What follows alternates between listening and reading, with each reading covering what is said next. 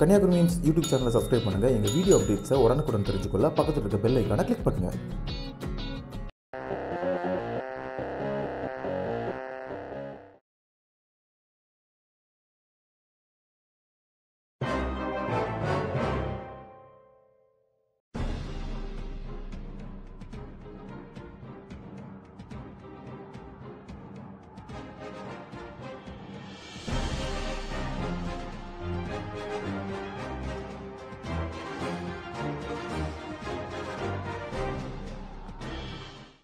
என்ன மகா clash of Glanza?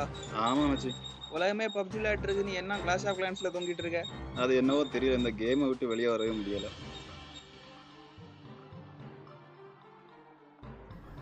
ஆமா, நீ என்ன பண்ணிட்டு இருக்க? நாகர்கோவில் மாநகராட்சியாவதால் ஏற்படும் நன்மைகள் என்ன தீமைகள் என்ன நியூஸ் பேப்பர்ல போட்டுருக்காங்க மச்சி. இதெல்லாம் படிச்சாதான் ஃபேஸ்புக்ல நீ போஸ்ட் போட முடியும்.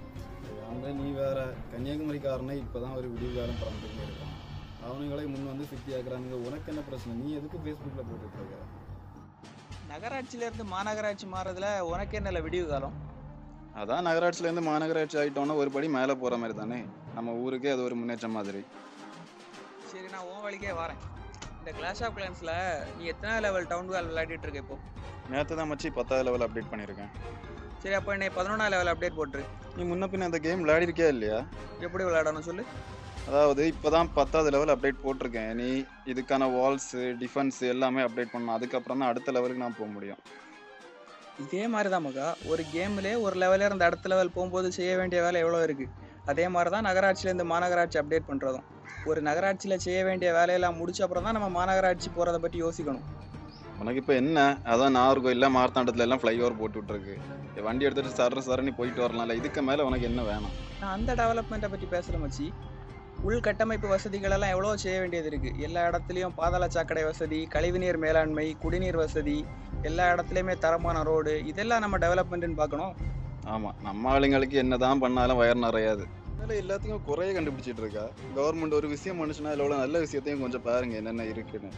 நம்ம ஊர் பசங்க வேலை இல்லாமல் இருக்கானுங்க. அவனுங்களுக்கு வேலை எவ்வளோ கிடைக்கும் தெரியுமா? அந்த இது மாநகராட்சி ஆயிடுச்சுன்னா தொழில் நிறுவனங்கள் எல்லாம் நிறைய வரும். அது இல்லாமல் நம்ம நிதி ஒதுக்கீடு எல்லா துறைகளுக்கும் போய் சேரும். நம்ம இந்த ஸ்மார்ட் சிட்டி, இந்த மத்திய அரசோட திட்டங்கள் இருக்குல்ல, அது எல்லாமே நம்ம ஊருக்கு வந்து கிடைக்கும். அதை விட்டுட்டு சும்மா குறைகள்னு சொல்லிட்டு இருந்தீங்க. நீ சொல்லதெல்லாம் கரெக்டு தான் மக்கா. நிறைய நல்ல விஷயங்கள் இருக்குது, அதே மாதிரி நிறைய தீய விஷயங்கள்லாம் இருக்குது. ஆனால் நம்ம மக்களுக்கு இதை பற்றி ஒரு அவேர்னஸே இல்லை. எல்லாரும் சிட்டி ஆகிட்டோம் உள்ள சந்தோஷத்தில் துள்ளிட்டு இருக்காங்களே தவிர நகராட்சினா என்ன, மாநகராட்சினா என்ன, அதனால என்ன நல்ல விஷயம் என்ன கெட்ட விஷயங்கிறது யாருக்குமே தெரிய மாட்டேங்குது. என்னதான் கெட்ட விஷயம் இருக்கு சொல்லு நீ. நிறைய இருக்கு மக்கா. முதல் விஷயம் வந்து வரி. முன்னாடி இருந்ததோட எல்லா விஷயத்துலையுமே வரி கூடும். சொத்து வரி, தொழில் வரி, வீட்டு வரி, குடிநீர் வரி எல்லாமே கூட போகுது. நம்ம ஃப்ரெண்டு சேவியர் நாகர்கோயிலில் ஒரு ரெடிமேட் ஷாப் வச்சுருக்கான்ல சின்னதா. ஆமாம், அவன் அதில் வருமானம் எல்லாம் எப்படி இருக்குன்னு சொல்கிறான். எல்லாம் வாடகை எல்லாம் கொடுத்து போ, ஏதோ ஓரளவு கிடைக்குதுன்னு சொன்னான். இன்னும் வாடகை கூட போகுது. எல்லா கடையோட வாடகையும் எனக்கு கூட போகுது.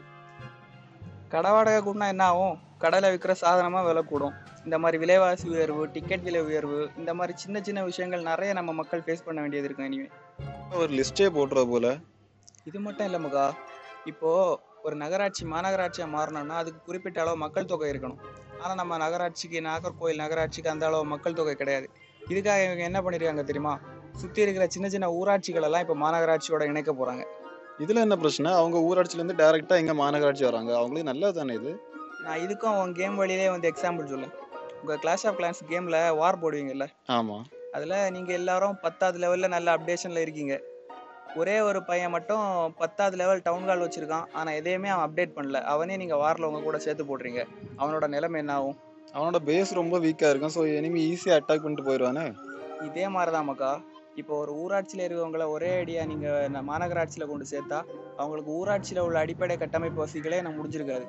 அப்போது இங்கே கிடைக்கக்கூடிய நல்ல விஷயங்கள் எல்லாம் ஏற்கனவே முன்னேறினவங்களுக்கு கிடச்சிட்டு இருக்கும். அவங்க அதே நிலைமையில இருப்பாங்க. ஊராட்சிக்கு கிடைக்க வேண்டிய சலுகைகள் எல்லாத்தையுமே அவங்க இழந்துட்டு நிற்பாங்க. அப்படி என்னத்தை இழந்துட போகிறாங்க இவங்க? நான் உதாரணத்துக்கு ஒன்று சொல்லேன். 100 நாள் வேலை வாய்ப்பு திட்டம்னு ஒன்று இருக்குது தெரியுமா உனக்கு? தெரியும். கிராமப்பகுதி மக்களுக்கெல்லாம் ரொம்ப உதவிகரமாக இருக்குது. இனி மாநகராட்சி ஆனப்புறம் அந்த மக்களுக்கு 100 நாள் வேலை வாய்ப்பு திட்டம் அவங்களுக்கு கிடைக்கவே கிடைக்காது. ஏன்னா அவங்க ஊராட்சி இல்லை, இனிமேல் மாநகராட்சி. அது மட்டும் இல்லை, ஒரு மாநகராட்சியை சுற்றி 10 கிலோமீட்டர் சுற்றளவுக்கு விவசாய நிலங்களே இருக்கக்கூடாது. நாஞ்சில் நாடுங்கிற விவசாயத்திற்கு பேர் போன நம்ம கன்னியாகுமரியில் விவசாய நிலங்களுக்கும் இதனால் ஒரு ஆபத்து வரப்போகுது. இப்ப நீ என்னதான் சொல்ல வர? அதான் அரசாங்கம் அறிவிச்சாச்சு, இனிமே நம்ம யாராலையுமே எதுவுமே பண்ண முடியாது. அதை விட்டுட்டு சும்மா எதுக்கு நீ Facebookல இதெல்லாம் பத்தி போட்டுட்டு இருக்க? எல்லாம் சரிதான் மக்கா, அரசாங்கம் அறிவிச்சாச்சு, இனிமே யாரும் ஒன்றும் பண்ண முடியாது. ஆனா நகராட்சினா என்ன, மாநகராட்சினா என்ன, இதனால வர நன்மைகள் என்ன, தீமைகள் என்ன, இதெல்லாம் மக்களுக்கு போய் சேரணுங்கிறதுக்காக தான் இதை பற்றி Facebookல ஃபுல்லாக போட்டுருக்கேன். என்னதான் இருந்தாலும் சிட்டி ஆயிட்டோம்னா கெத்து தான் நமக்கா. எப்படியா மக்கா, ஃபோனை ஒன்று தா பார்ப்போம். என்னல பண்ணா நீ? உனக்கு டவுன் கால 10ஆம் லெவல்லேருந்து 11ஆம் லெவலுக்கு அப்டேட் பண்ணி விட்டுறேன். ஏம்புல உனக்கு நான் என்ன இந்த வால் டிஃபென்ஸ் எதுவுமே என்ன அப்டேட் பண்ணாம போட்டிருக்கேன், நீ இப்படி பண்ணி வச்சிருக்க? 11ஆம் லெவல் டவுன் கால் தான் மக்கா கெத்து. விளங்குச்சா? போல ஆன்டி இண்டியன் நாயே. விளங்கிரும். நகராட்சியிலேருந்து மாநகராட்சியாக மாற்றினதெல்லாம் ரொம்ப சந்தோஷமான விஷயம் தான் மக்கா. ஆனால் இதை பற்றி நம்ம மக்களுக்கு பெரிய அளவு அவேர்னஸ் இல்லை. அவங்க நாங்கள் சிட்டி ஆகிட்டோம்னு மட்டும் சந்தோஷத்தில் துள்ளிட்டு இருக்காங்க. இதனால ஃப்யூச்சரில் வரக்கூடிய சின்ன சின்ன அசௌகரியங்களை மட்டும் ஃபேஸ் பண்ண ரெடியாக இருந்தால் போதும் அவங்க. நீ எல்லாம் திருந்தவே மாட்டல நாயே. ஒத்தையா நின்னு நான் வித்தைய காட்டுவேன் ஏன் கித்தாப்பு வில்லாதி வில்லனும் வந்திங்க வந்தனும் ஒரு துப்பாக்கி கையில் எடுக்காதே எந்த தோட்டாவும் என்ன தொலைக்காதே அண்ணாத்து ஆடுறார் புத்திக்கோ புத்திக்கோ தென்னாட்டு வெங்கதான் புத்துக்கோ புத்துக்கோ.